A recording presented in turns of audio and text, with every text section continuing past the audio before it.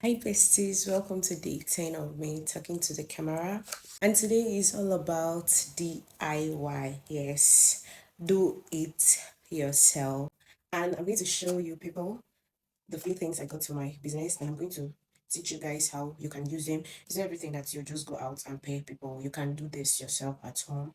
It's not only when you're sewing clothes that you need it, you can do it for something else. You can use it for something else. So first thing first, I got this for 6,000 naira. This is a soldering iron. Yeah, a soldering iron for 6,000 naira.